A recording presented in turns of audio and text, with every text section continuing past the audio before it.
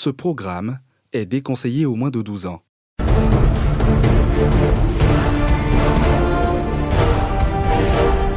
Merci à Dieu de ce que je l'ai décidé. Parce que ce que j'ai vu là-bas, j'ai béni le Seigneur que la mère n'a pas pu voir. Si ce n'est pas des rites, qui serait normal pour aller mettre un enfant de 4 ans dans une telle position? Ces personnes ont détruit ses parties intimes.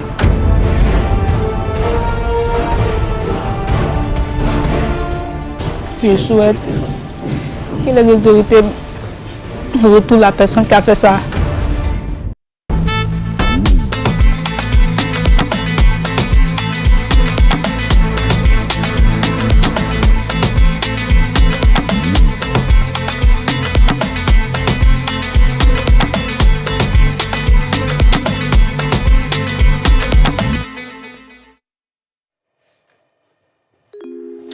Dimanche 24 décembre 2023, se préparant à célébrer la fête de Noël, la famille Adjoumani était loin de s'imaginer qu'elle était sur le point de perdre ce qu'elle avait de plus précieux, son bijou.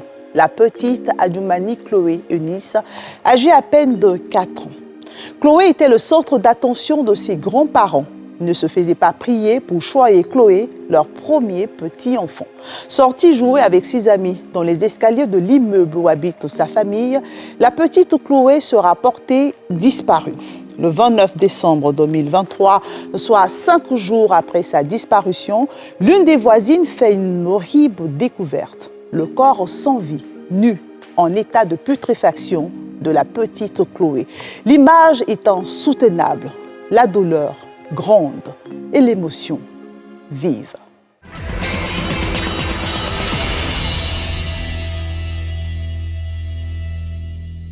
Tout commence en 2018. Jemina Adjoumani, étudiante en tourisme et hôtellerie, obtient un stage dans un hôtel de Korogo, à plus de 560 km d'Abidjan, la capitale économique de la Côte d'Ivoire. C'est dans le chef-lieu de la région du Poro qu'elle rencontre l'amour.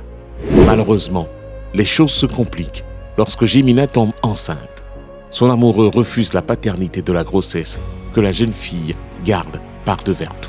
Elle était dans une école d'hôtellerie. Et dès qu'elle a pris la grossesse, c'est pas parce qu'elle ne connaissait rien. C'est pas parce qu'elle ne pouvait pas aller à l'école. Elle n'était plus intelligente. Non. Donc du coup, elle était obligée de rester à la maison.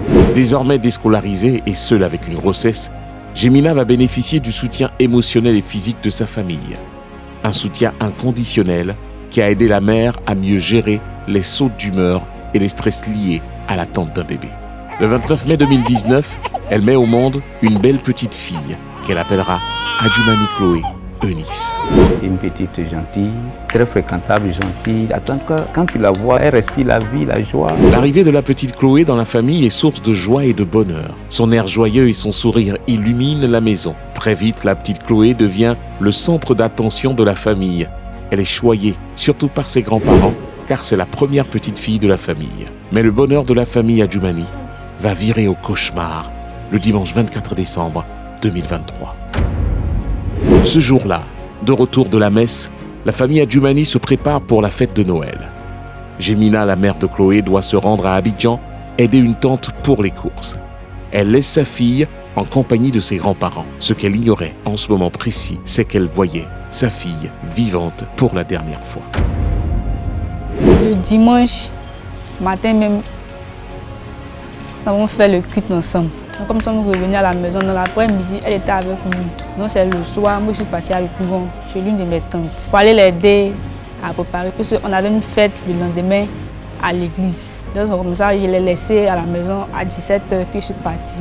Le 24, on a fait le culte ensemble. C'était un dimanche, donc on a fait le culte. Chez nous, quand le culte finit, tout le monde se salue. Donc la petite, moi-même, je l'ai prise dans les bras, je l'ai saluée. Jemina, la mère de la petite Chloé, embarque à bord d'un minicar appelé communément Baka, en direction de Yopougon, sans se douter un seul instant que l'ange de la mort guettait sa fille.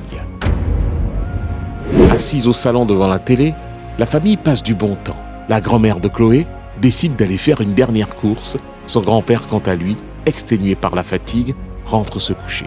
C'est en ce moment que la petite Chloé sort jouer dans les escaliers avec les enfants de l'immeuble.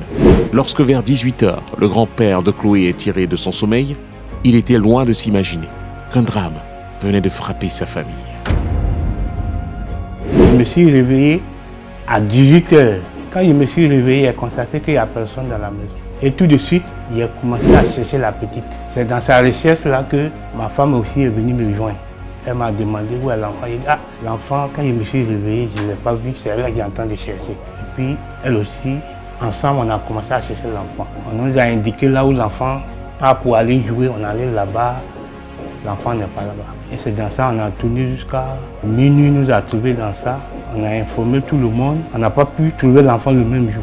La panique et l'inquiétude gagnent du terrain. Le grand-père saisit la police et la gendarmerie dès le lendemain et signale la disparition de sa petite fille. Ce jour, qui était initialement un jour de fête, prend une allure dramatique pour cette famille. Je suis d'abord allé à la gendarmerie d'Agman, aller faire une déclaration là-bas. De là-bas, je suis allé aussi, j'ai mis Sapias et 17, il y a une brigade là-bas aussi. Je suis allé aussi au 16e. La communauté de l'église que je fréquente, tout le monde s'est mis ensemble et on a commencé à chercher l'enfant. On devait faire le culte même, on a laissé le culte, on a allé faire les recherches. Il y a quelqu'un qui nous a dit, bon, il serait mieux aussi qu'on fasse sur Allo Police. Donc, on est allé aussi sur Allo Police. On est allé dans les villages, on a commencé à poster partout ces photos. On est allé rencontrer les chefs de village de Kassamblé, Diapoto, Dagbé. Ils ont crié dans l'espoir, toujours dans l'espoir que nous allons retrouver notre petit. Cela fait maintenant plusieurs jours que la famille Adjoumani est sans nouvelles de la petite Chloé. Toutes les tentatives pour la retrouver sont restées vaines. L'attente est longue et surtout incertaine. Chaque minute vaut son pesant d'or. La famille est partagée entre angoisse, interrogation et espérance lorsque le vendredi 29 décembre 2023, l'une des voisines de l'immeuble de la famille Adjoumani fait une découverte macabre. Le corps sans vie de la petite Chloé. Colère, inquiétude et peur s'entremêlent. Voilà 6 jours maintenant que la petite Chloé a disparu. Ses parents sont dans l'angoisse et commencent à désespérer.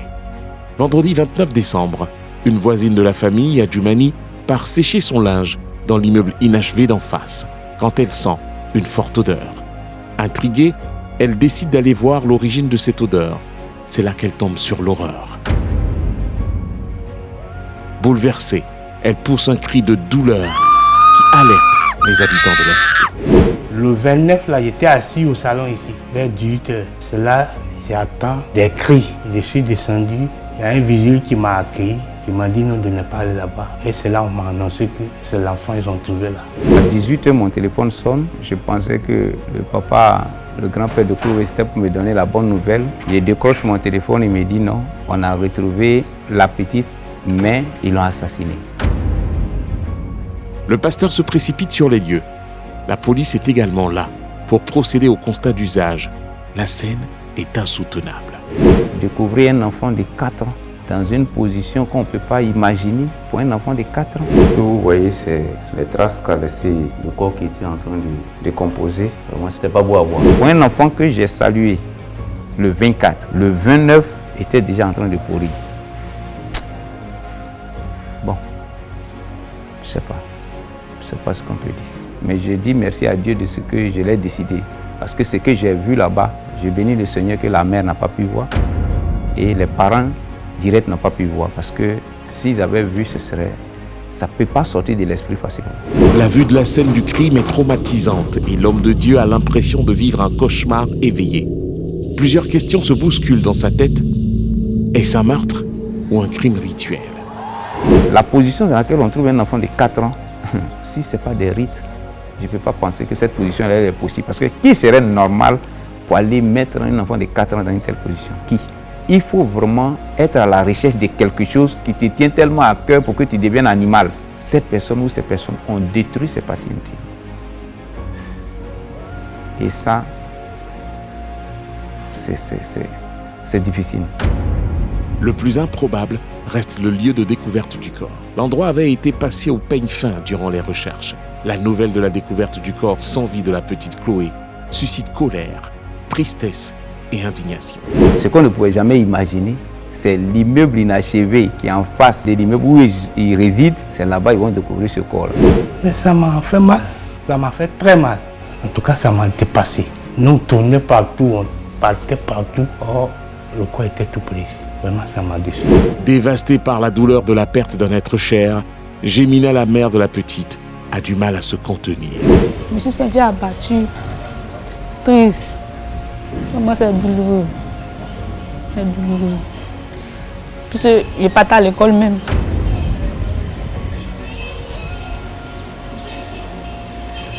Le vide laissé par le départ brutal de Chloé est immense et ravive les souvenirs douloureux chez sa mère. Cette douleur est d'autant plus grande quand elle pense à tout ce qu'elle a traversé et enduré durant sa grossesse, à tous ses sacrifices consentis, réduits à néant par la volonté d'un pervers narcissique. J'ai voulu rester avec elle. Mais cette dernière n'est plus. Ce que tu comptais dessus, ce qui a fait que ta vie est devenue autre chose. Quand aujourd'hui tu n'as pas ça, quand ça disparaît de manière brusque, de manière inattendue et de la mauvaise manière, bon, je n'aimerais pas être à sa place. Qu'est-ce qu'elle devient? Ce vide-là, c'est trop difficile à combler. Donc, ceux qui peuvent nous aider à l'aider à se réinsérer dans la société, vraiment que Dieu dispose leur cœur pour le faire. Aujourd'hui, elle a arrêté ses études à cause de la petite. Elle est restée à la maison comme une mère pour pouvoir s'occuper de sa petite. Sa fille était tout pour elle. Elle n'avait pas une autre vie en dehors de sa fille. Tout le temps, nous la voyions avec sa fille. Parfois, lorsque moi je la voyais avec la petite, j'essayais de taquiner un peu la petite. Comment est-ce que tu t'appelles? Elle avait sa manière de parler. Je m'appelle Adjoumani Chloé. Vraiment, elle était la lumière de sa mère, la lumière de la famille. J'essaie de lui remonter le moral avec la parole du Seigneur et avec un peu l'espérance de la vie. Mais elle a cette parole qu'elle me dit parfois. Elle me dit, la missionnaire, pourquoi est-ce que c'est moi, ma seule fille, la seule que Dieu m'a donnée, la seule que j'avais? Et vraiment, je tiens fort pour ne pas pleurer devant elle. Parce que je sais que si je me mets à pleurer devant elle, vraiment ça ne va pas elle aussi l'arranger du tout. Alors j'essaie de tenir et je la prends dans mes bras.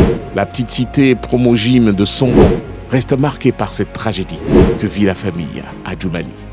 Affligés, tous demandent justice. Le décès de l'enfant m'a tellement fait mal, m'a tellement touché. Pour moi, si les autorités peuvent nous aider, afin qu'on puisse trouver le coupable, en tout cas ça allait me plaire. Au moins ça allait me décharger un peu le souci que j'ai dans le cœur. Je souhaite que les autorités retournent la personne qui a fait ça. Notre prière, c'est que ce que nous sommes en train de vivre ne puisse plus continuer et que les autres enfants puissent être en sécurité. Depuis le 24 décembre 2023, c'est la consternation et la stupeur dans la famille Adjoumani Kofi de la cité Promogym à Songon. Surtout que le ou les auteurs de ces crimes crapuleux sont encore dans la nature. La petite Adjoumani Chloé Eunice a été arrachée brutalement à l'affection des siens. Son corps sans vie est toujours à la morgue de Songon. En l'absence des résultats de l'enquête, il est difficile de comprendre les circonstances de cette mort tragique et de situer les responsabilités. Sa mère ne sait plus à quel sens se vouer. Elle est au bord de la dépression. Bonsoir.